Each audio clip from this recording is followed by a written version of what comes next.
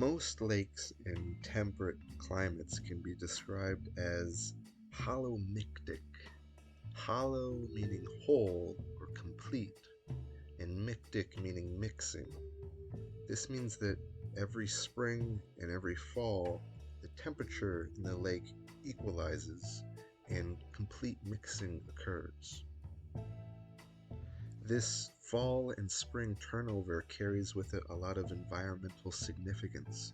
The complete mixing that occurs within the lake brings nutrients from the deeper layers up to the surface and brings oxygen from the surface down to the lower strata of the lake.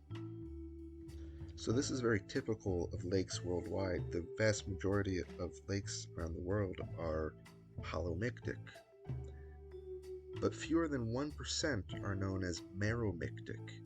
Meromictic meaning incomplete mixing. And I, this last weekend, went with my friends and visited one such lake in upstate New York, Green Lake State Park.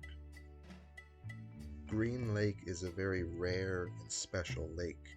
Because it doesn't have that complete mixing, it breaks a lot of the assumptions for the biogeochemistry that we would expect to occur within a lake. One of the reasons that Green Lake doesn't mix has to do with its geometry. It's a very steep sloped lake, it's very deep, it has a small surface area and a very deep basin, and that's because it was formed through a glacial plunge. It was formed by retreating glaciers that eroded rock and created waterfalls that made it this very deep basin that eventually formed the lake.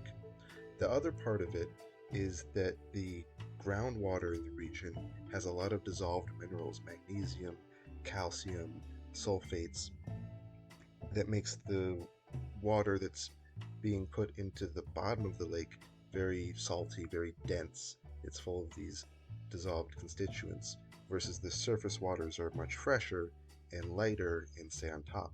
And so because of those physical characteristics and the local chemistry, there's two distinct layers within the lake that don't mix.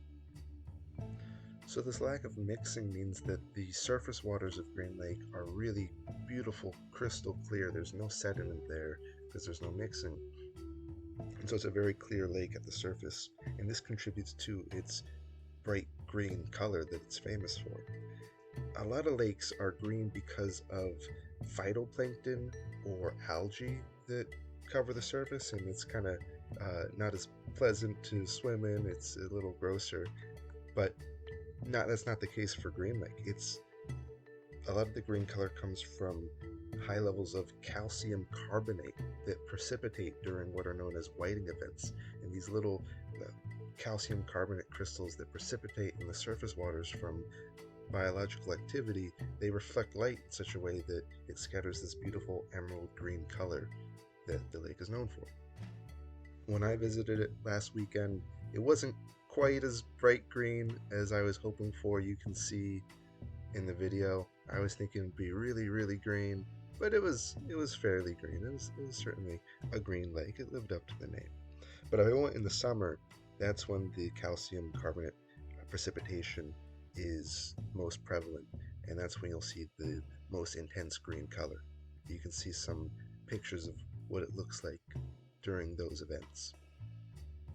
The surface waters tend to be green, but if you go into the deeper layers of Green Lake, you'll actually find that the water is pink, and this is due to purple sulfur bacteria.